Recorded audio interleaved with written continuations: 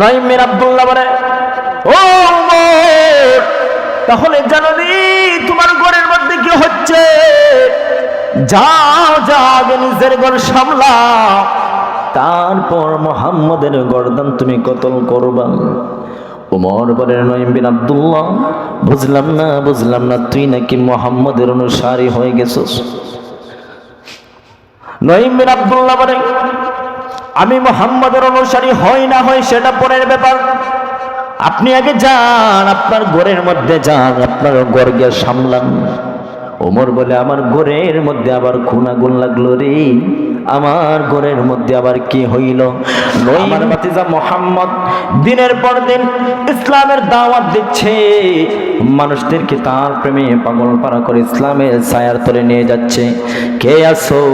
এই মুহাম্মদকে কতল করে দিবা, মুহাম্মদকে কতল করে দিবা, একটু আওয়াজ দিয়ে বলা যাবে কি নাউজুবিল্লাহ? এই মুহাম্মদকে কে আসরে কতল করে দিবা, কার সাহস আছে? দাঁড়াও।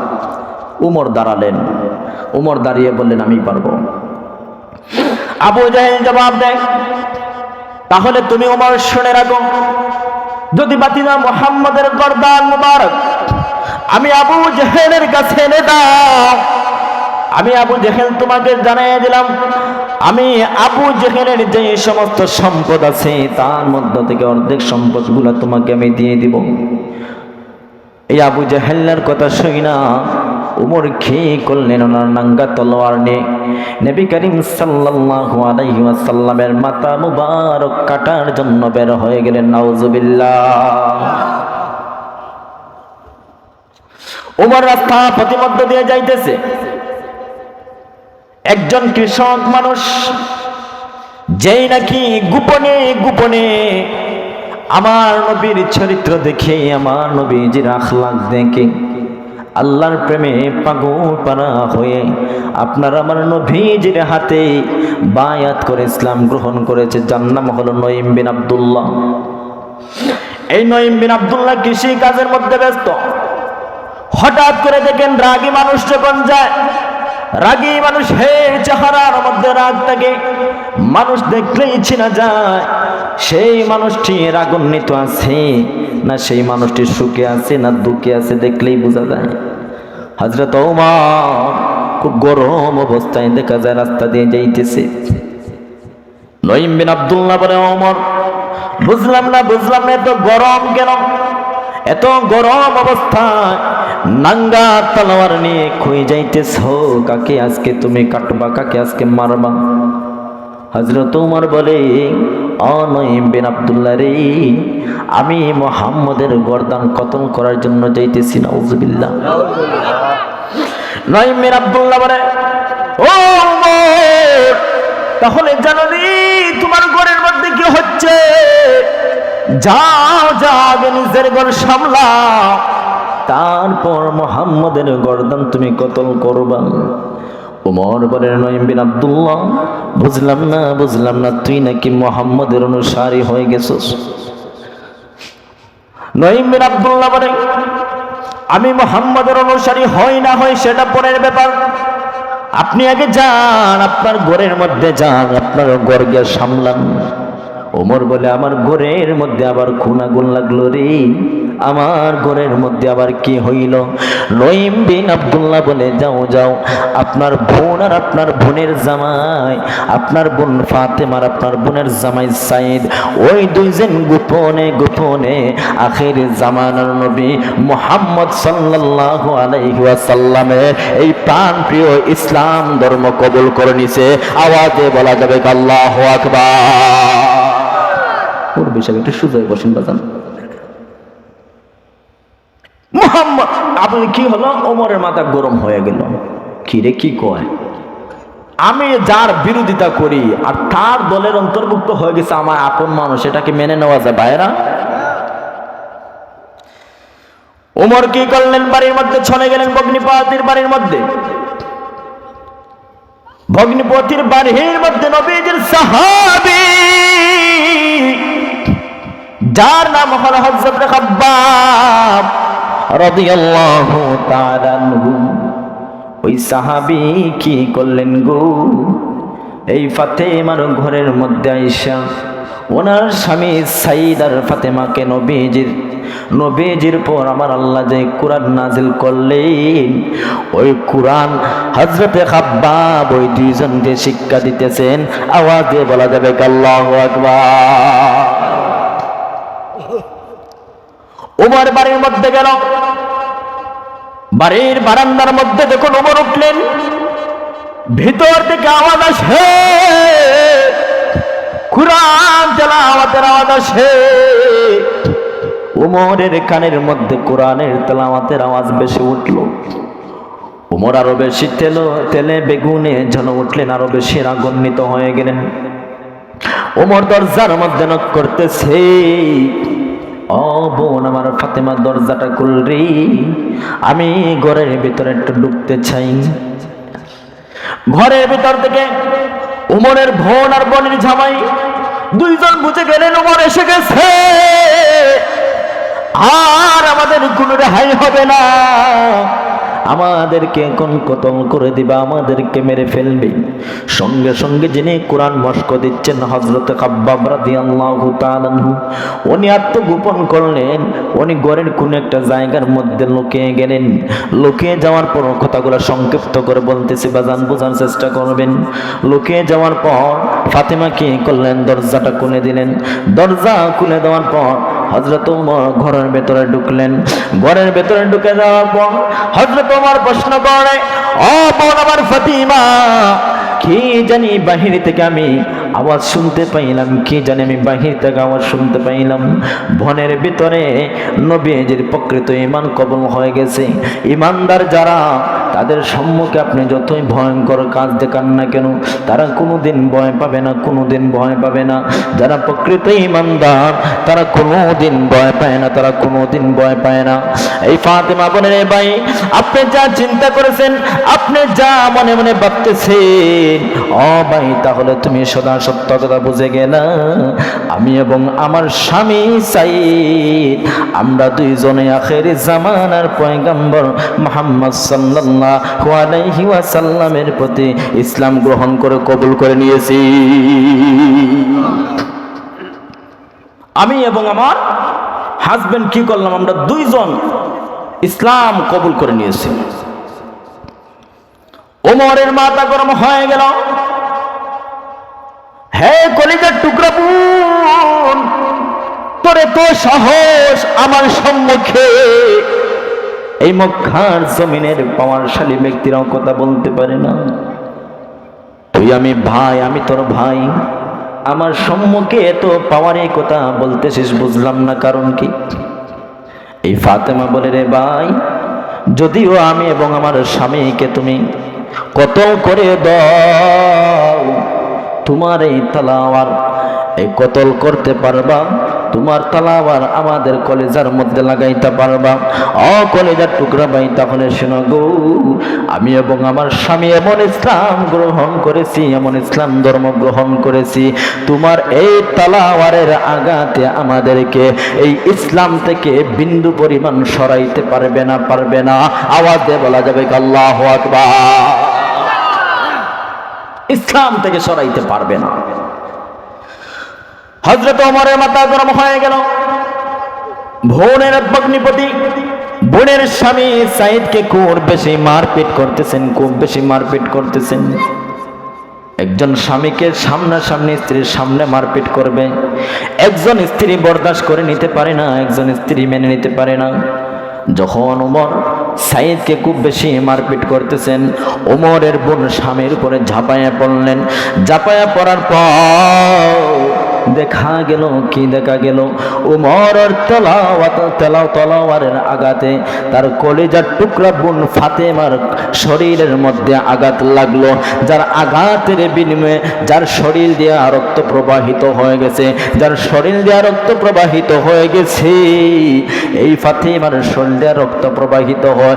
আর বলে, রে ভাই, যতই রক্ত প্রবাহিত হোক না কেন, মুহাম্মদের ধর্ম ইসলাম কোনোদিন ছাড়বো না, ছাড়বো না। এই ধর্মের মধ্যে শুধু মজা, এই ধর্মের মধ্যে শুধু মজা আর স্বাদ। এই জন্য আমার আল্লাহ বলেন ইন্নাদ-দীনা ইনদাল্লাহিল ইসলাম।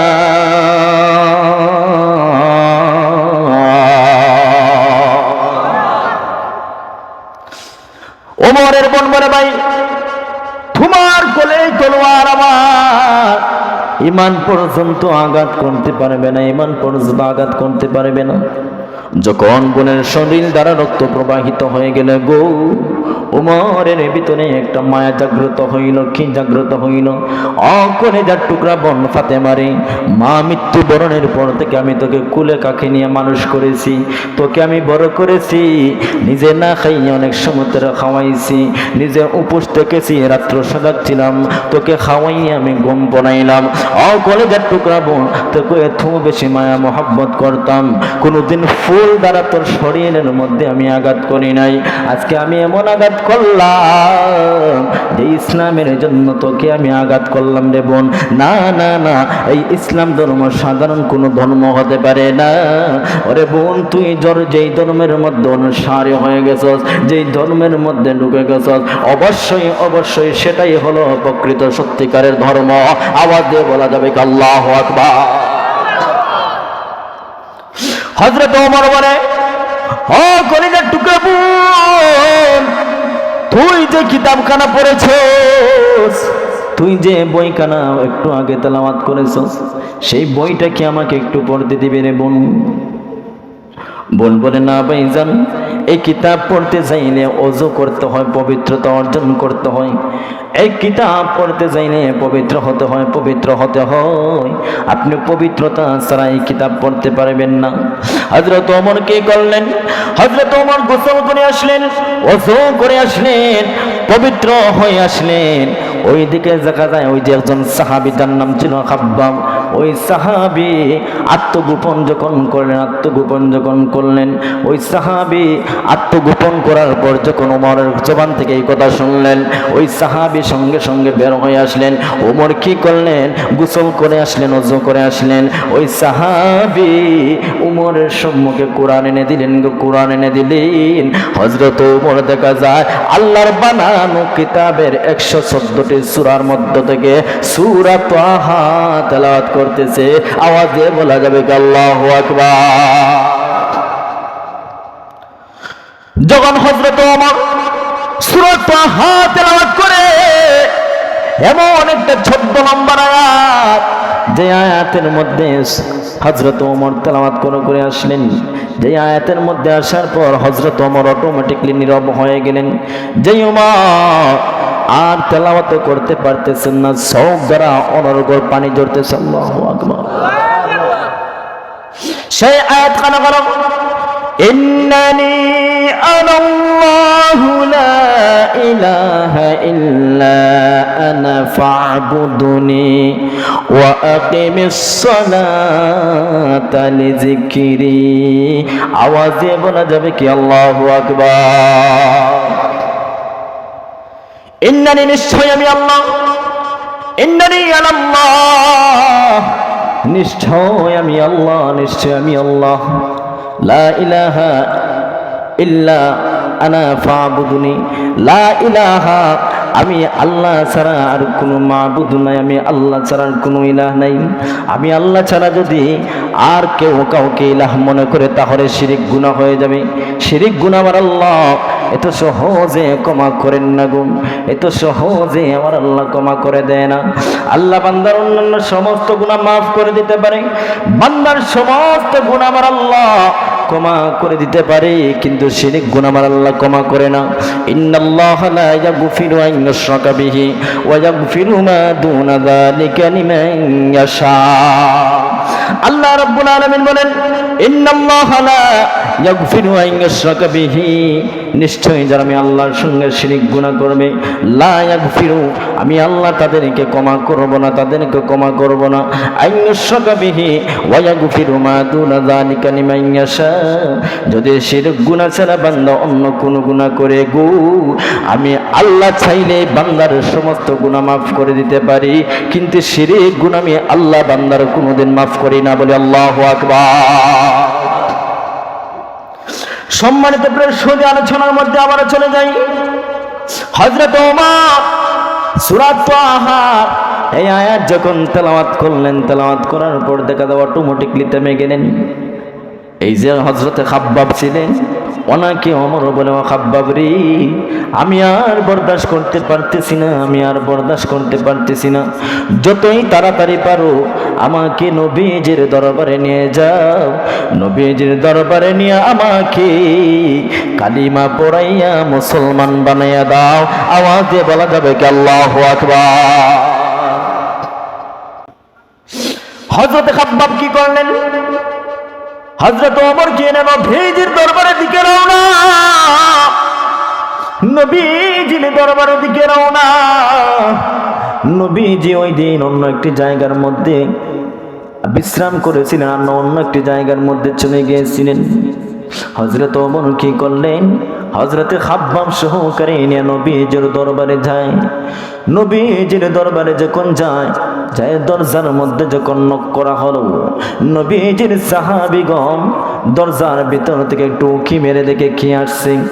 নবীজির ওই সাহাবী যখন দরজার মধ্যে উঁকি দিয়ে দেখলো, আপনার আমার নবীকে যে সারাটা জীবন কষ্ট দিয়েছে, দিনের পর দিন যে বিভিন্ন ভাবে লাঞ্ছিত করেছে, অপমানিত করেছে, দিনের পর দিন যেই সমস্ত দলের লোকেরা আমার নবীকে মারপিট করেছে, কষ্ট দিয়েছে, সেই দলের একজন প্রতিনিধি, সেই দলের একজন মানুষ, যার নাম হলো হযরত ওমর ইবনে খাত্তাব, মুসলমান হওয়ার আগে, ইসলাম গ্রহণ করার আগে, ওই সাহাবী সঙ্গে সঙ্গে দরজা থেকে দৌড়ে যায়, বলে, ও নবীর সাহাবীগণ,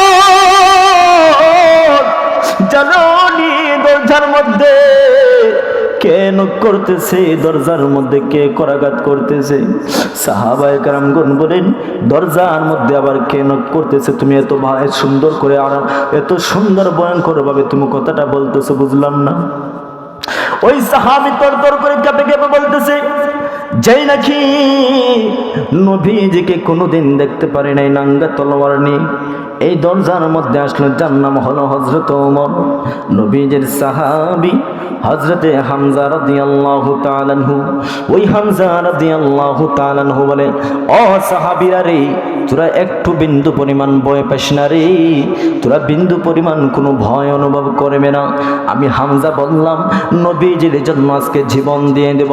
হয়তো যদি নবীজির সঙ্গে এই ওমর আজকে বিয়াদবি করে, আমি হামজা বলে দিলাম এই ওমরকে জীবিত রাখবো না, ওমরকে আজকে কতল করে ফেলবো, ওমরকে আজকে কতল করে ফেলবো, ওমরকে আজকে মেরে ফেলবো। হয়তো ওমর ওই জায়গা থেকে আমার একদম কতল হয়ে যাবে, একদম কতল হয়ে যাবে। নবীজির সাহাবীরা, তোরা দরজা খুলে দে, তোরা দরজা খুলে দে। নবীজির সাহাবী হযরতে হামজা রাদিয়াল্লাহু তাআলা আনহুর অনুসরণে হযরতে হামজা রাদিয়াল্লাহু তাআলা আনহুর কথা মাফিক দরজা খুলে দেওয়া হলো। এই ওমর যখন ঘরের ভেতরে ঢুকলেন, ঘরের ভেতরে ঢোকার পর হযরত ওমর বলে, ও নবীজির সাহাবীরা রে, তোরা আজকে বিন্দু পরিমাণ সরিষা পরিমাণ ভয় পাইবা না। আমি কাউকে কোনোদিন আর কোনোদিন আঘাত করব না। আজকের পর থেকে নিয়ে তোমাদের কাউকে আমি তুচ্ছ কথা বলবো না, তোমাদের কাউকে আমি আর কোনোদিন আঘাত করব না, কোনোদিন আঘাত করব না, তোমাদের কাউকে আর আমি কোনোদিন মারপিট করব না।